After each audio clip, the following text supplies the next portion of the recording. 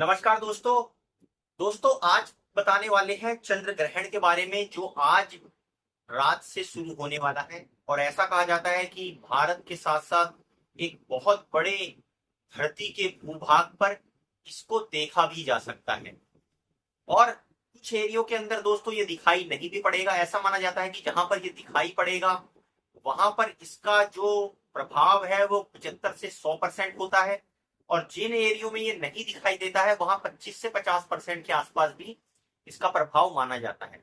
लेकिन अब प्रभाव क्या होगा दोस्तों, उसको समझने के लिए पहले हम ये समझ लेते हैं कि अब जो ग्रह दशा की जो अवस्था है वो किस प्रकार की है।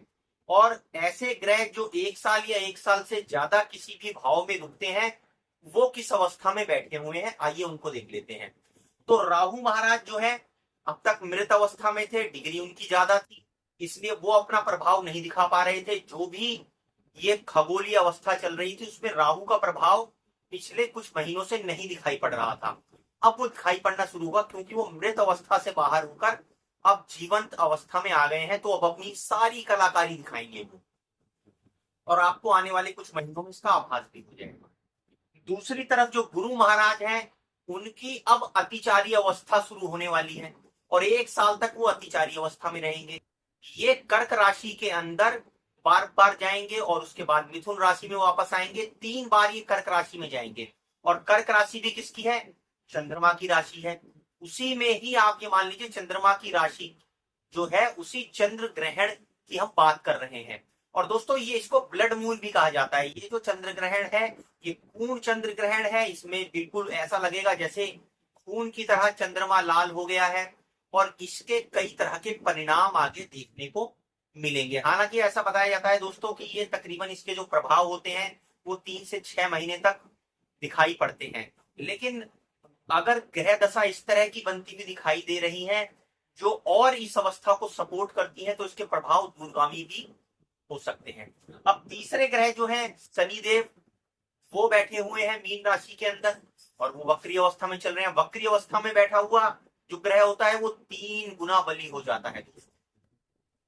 तो ये 3 गुना बली होकर बैठे हुए हैं अपना प्रभाव देने के लिए। उधर गुरु महाराज अतिचारी होकर बैठे हैं अपना प्रभाव देने के लिए। राहु भी अपनी जीवंत अवस्था में आ गए हैं। ऐसे मौके पर एक चंद्र ग्रहण हो रहा है। तो कहने का मतलब यह है जो जल तत्व की राशि है वो प्रभावित है। और जब जल तत्व की राशि प्रभावित होती है ज्यादा तो आप देखते हैं क्या, इससे पहले भी मैंने आपको पुरानी वीडियो में आपको बताया था कि किस तरह से जल तत्व की राशि में जिस तरह से गुरु अतिचारी हो रहे हैं तो उससे किस तरह की जो है वो आपदाएं आ सकती हैं।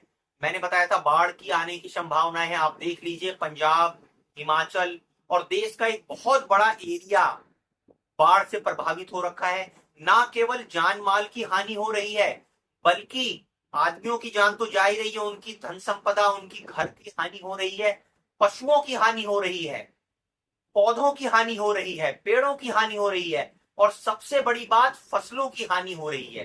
दोस्तों ये ऐसी अवस्था का निर्माण करेंगे कि आने वाले कुछ महीनों के अंदर आपको अकाल जैसी स्थिति भी दिखाई पड़ेगी। न केवल पशुधन की हानि होगी बल्कि फसलों की हानि होने से एक अकाल की अवस्था आएगी। धान की फसल मारी जा रही है।